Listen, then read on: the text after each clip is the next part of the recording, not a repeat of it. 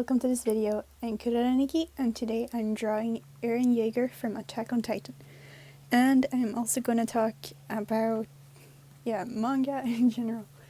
Like, not this style drawing, but yeah, the comics and series and stuff like that.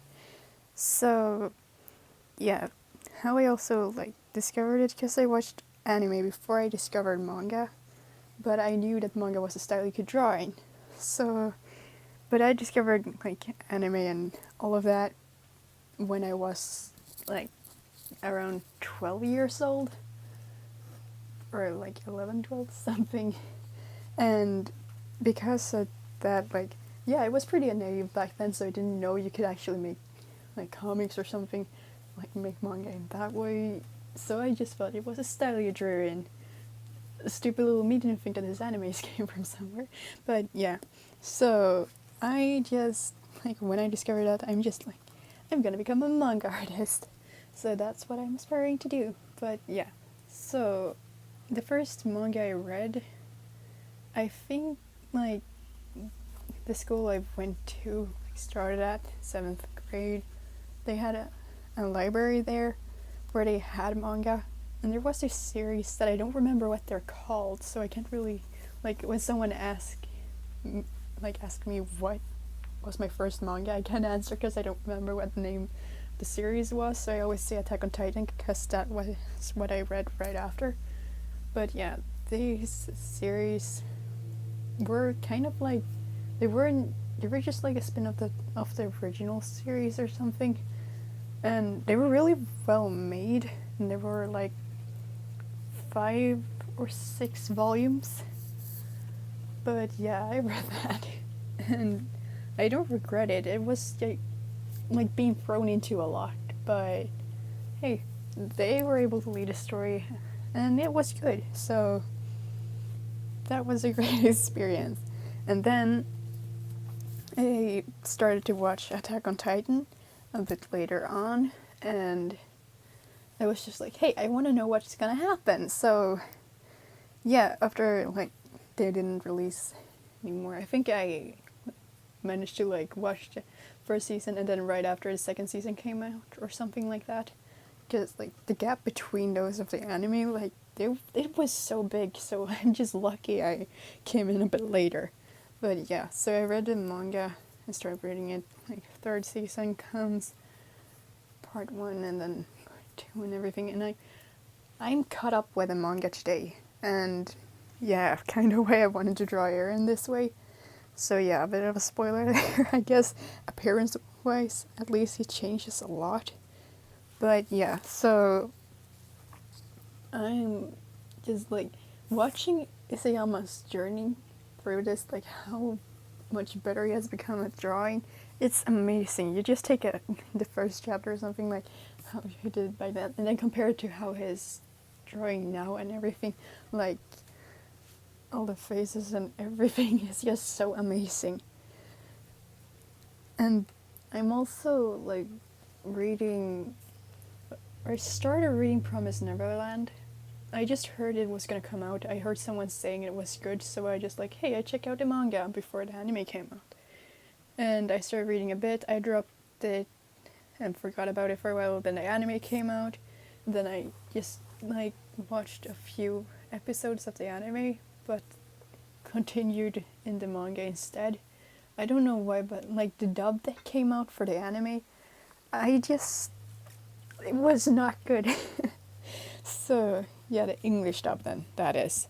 The Japanese dub is good. I watched that one first, and I was oh, a dub is coming out. Then I can watch that when I'm drawing, because I don't know Japanese that well, so I can listen to a Japanese dub and draw at the same time, because I'm gonna have to read the subtitles. So I rather prefer watching the English dubbed anime episodes while drawing, because then I can do both, and that's perfect. So I just heard the English dub, and especially Emma, I don't know what happened to her. I just don't like the voice they picked for her at all. But yeah, so I'm reading that, and funny thing is,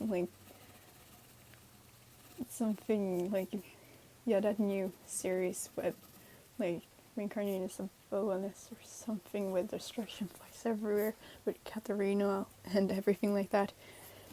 Like, I started reading the manga before that because it just gets recommended to me on the app that I read or that I read manga. So it's just like, I should check this out. Then I heard it got an anime, and I watched anime too, so I'm happy about that. That was one of those that I watched a lot. Then I'm also caught up with Demon Slayer, and a lot happens there. I'm still angry about Rengoku, because he's my favorite character. He didn't get a lot of screen time considering what happened, but he's still a great character just from that little screen time he got. He was still amazing.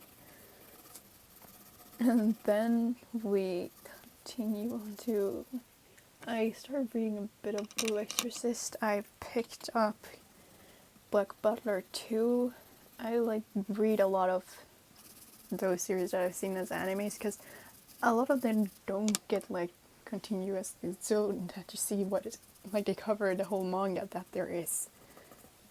And then people have said that the manga for Tokyo Ghoul is better than the anime, so I thought, hey, I should pick that one up too. I haven't gotten too far, but yeah, something that you hear people also say is that, hey, you read the manga because you couldn't wait or something, then you spoil everything for yourself. But especially for Demon Slayer, just getting this hype kinda for oh, I can't wait to see how they're gonna animate this. And yeah, considering how good Demon Slayer has been up until this point for animation and everything like that, it's just so amazing to just doing how are they gonna pull this off? I really want to see. And same with Attack on Titan, there are scenes there that I just so want to see animated. So just saying you spoil things or something, doesn't really matter. You pay more attention to details if you've already read the manga and then watch the anime afterwards, because you're just ooh, that happened. Hey, wait, I missed that. Is there something that they added in? But you're also set up for disappointment, because there was this also scene in The Promised Neverland that I started reading from the beginning and all, where in the manga then they were supposed to clean up for Sister Crone to come in and start living here, but they didn't know because it was just a punishment because they weren't supposed to talk to each other, because Isabel she found him out of it, so she just made him clean that, and then this new nanny or something comes in, and that's kind of twisted because they had this whole scene where they're cleaning up, and then it was for this person. Now it's even harder for them to escape, and they just took that out of the anime, and I was so looking forward to that scene. I was just oh, I know what's gonna come now, and it doesn't. It just doesn't at all. But not saying that the anime is bad or anything. It's good. I still haven't seen the whole thing. I just went straight to the manga, so I don't know how far it got. But yeah, a lot of things happen. And then let's see, I have some series I've just picked up on.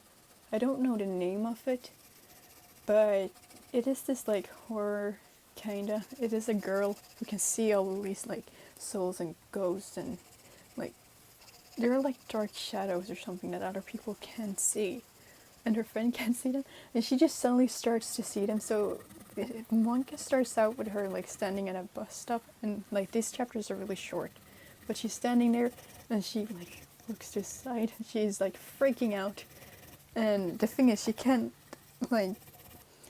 make those things that she see realize that she can't see them because that's dangerous. So she just has to pretend that she can't see them and be normal, standing next to this disgusting, horrible thing.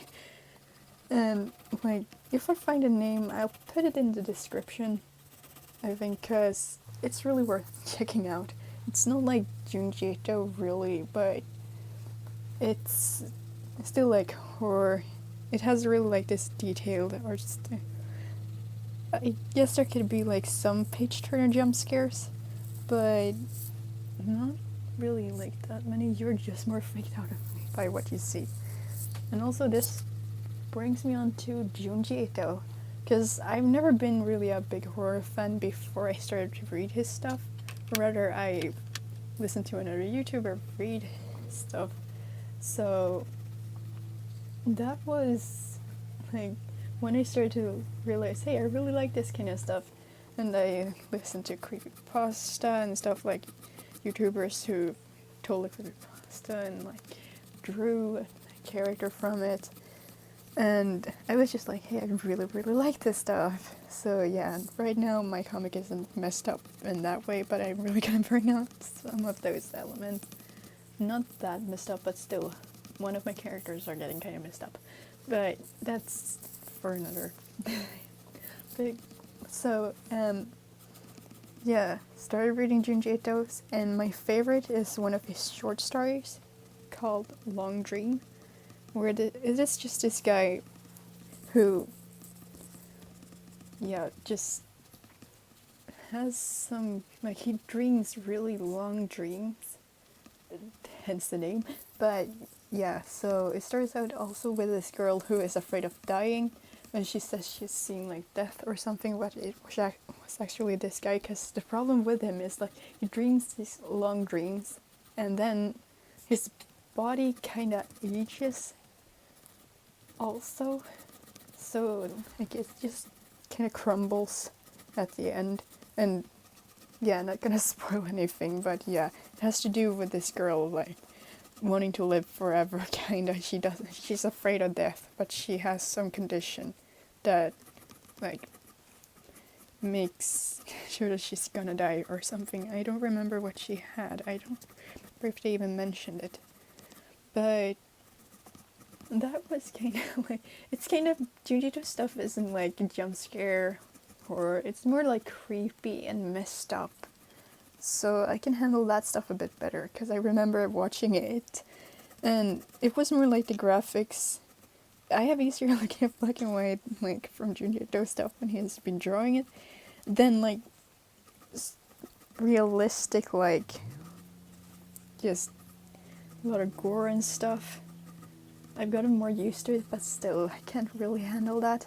And then jump scares, I just hate jump scares. But still.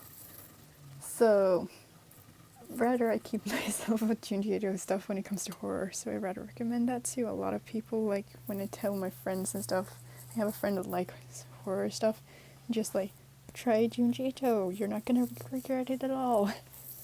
So, yeah, that was kind of like, I read a lot of more manga, but I think that those are like top.